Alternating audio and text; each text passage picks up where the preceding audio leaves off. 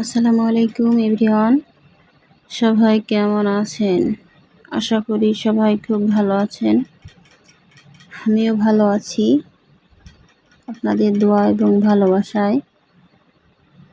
সকাল সকাল চলে আইনু মাটির চুলায় রান্না করতে। আবহাওয়া ভালো লয়, রান্নাঘরটাও খুব একটা আর ভালো লয়। বাতাস লাগছে প্রচুর, কত ধুমা দেখতে পাচ্ছেন। এখন কি করব, রাঁধতে হবে, খাইতে হবে। আজকে হচ্ছে গমের আটার সিদ্ধ রুটি করব, আর হচ্ছে আলুর ভাজি করব। যেখানে আলুর ভাজি কুটে সব মশলা দিয়ে দিয়েছি, পেঁয়াজ কুচি করে পেঁয়াজটা হয়ে গেছে। এখন তেলে ফেলে দেবো আলুটা। বাতাসে জাল বাড়িয়ে চলে আসছে, দেখতে পাচ্ছেন বন্ধুরা। কি আর করার, গরিবের সংসার।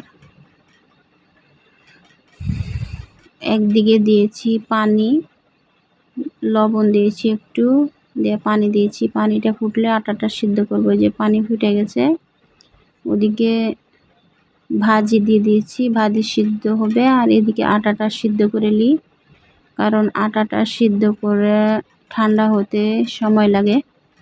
ততক্ষণে ভাজিটা ওদিকে হোক, আর এদিকে আটাটা আগে সিদ্ধ করে নিন।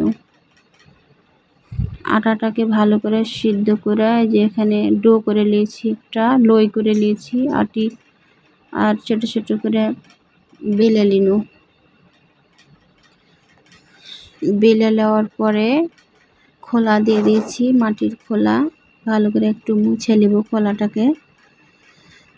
আর ওদিকে তো ভাজি হচ্ছে ধীরে ধীরে। ভাজি তো আর তাড়াতাড়ি হবে না, ভাজি হতে সময় লাগে, আস্তে আস্তে হবে। এখন এদিকে খোলাতে রুটি ফেলে দিনু, রুটি হয়েছে। আর এদিকে ভাজিটাকে মাঝে মাঝে না লাগলে আবার লেগে যাবে।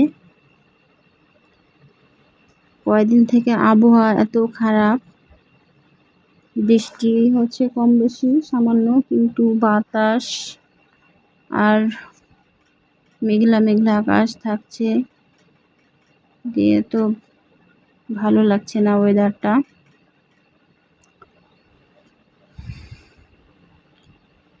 দেখতে পাচ্ছেন রুটি হয়ে গেছে সুন্দর করে ফুলে ফুলে। এই যে দেখেন সুন্দর ফুলেছে রুটি। এত বাতাস, আর সব বাতাস চুলাতে আসায় মনে হচ্ছে লাগছে।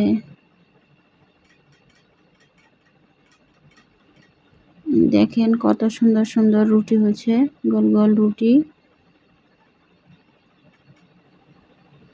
গহমের আটার সিদ্ধ রুটি আলুর ভাজি দিয়ে কিন্তু খেতে খুব ভাল লাগে। রুটি হয়ে গেছে সবটি, এখন ভাজিটা হলে চলে যাব। এখন জিরার গুঁড়া দিয়ে দিনু, দিয়ে লাড়াচাড়া নামিয়ে নেব। এখন চলে এনো বাড়ি ঘরের ভিতরে। এখন আর বেটা এখন খাবে, আর বেটার বাপ খাবে, আপনার কি ভাইয়া। ওই যাবে, খাইয়া দেয় দোকান যাবে। আজকে বেটা একটু আগে উঠে গেছে, বাপ বেটা খাইছে একসাথে। এদিকে বেটি খাইছে। তো সবাই সকালে কে কি নাস্তা করলেন অবশ্যই জানাবেন। আর আজকে দুপুরে এই যে খাবার দেখতে পাচ্ছেন, দুপুরের আলুর ভাজি, মাংস, আলুর ভর্তা, মাসকালাইয়ের ডাল, আর পাটের শাক।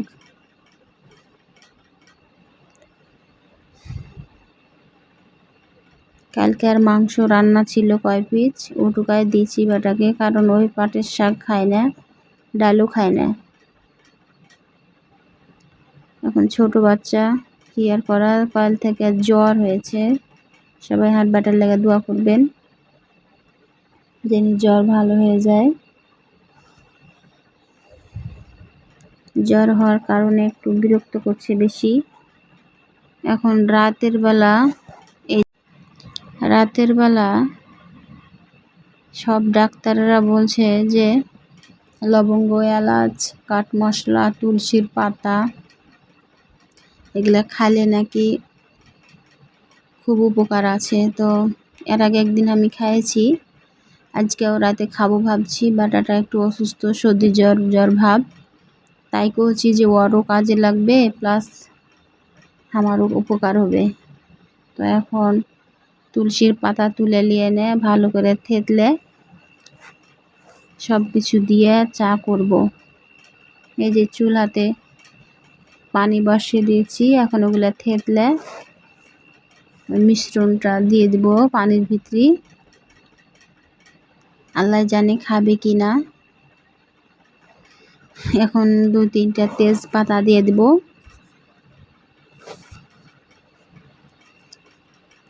তারপরে স্বাদ মতো লবণ দেওয়ার পরে দিব হচ্ছে গুড়। চিনি থেকে গুড় খাওয়া ভালো, আর ঠান্ডা লাগা আছে গুড় দিব, আর একটু সামান্য মধু দিয়ে দিব। এই যে ফুটতে লেগেছে,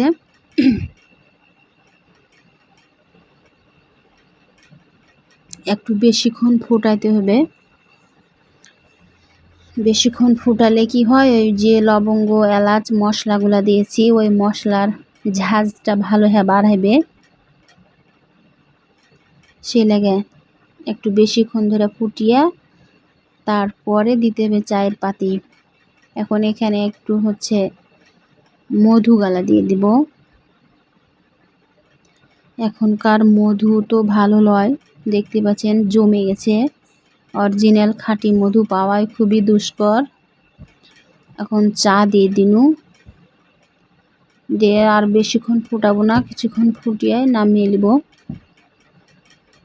এই যে দেখেন চাটাকে এখন আমি ছাইকা নিব, ছাইকা নিনু। এই তো মেলাই ডাউট আছে, তো তার জন্য মনে করেন যে পাশাই না তাড়াতাড়ি, ক্যামেরাম্যান নাই তো ভিডিও করতে একটু ঝামেলাই হয়। তো জানি না আর ভিডিও আপনারা কি কেমন লাগে, তো আর ভিডিওটা অবশ্যই শেষ পর্যন্ত দেখার অনুরোধ রইল। আর যারা যারা আমার নতুন বন্ধু তারা অবশ্যই আমার চ্যানেলটা সাবস্ক্রাইব করে দিবেন। আমি আপনাকে ভালোবাসাই এবং দোয়ায় সফল হতে চাই। তো আবার দেখা হবে পরবর্তী ভিডিওতে। তো আজকে এ পর্যন্তই, সবাই সাবস্ক্রাইব করে দিবেন প্লিজ। তো সবার জন্য অনেক অনেক দোয়া এবং ভালোবাসা রইল আমার পক্ষ থেকে। তো সবাই একবার ট্রাই করে দেখবেন এই চাটা, ঠান্ডা সর্দি কাশি বা আরও অন্যান্য উপকারের লাগে এই চাটা কিন্তু খুবই উপকার। আমি প্রায় খাই, আজ একটু বেশি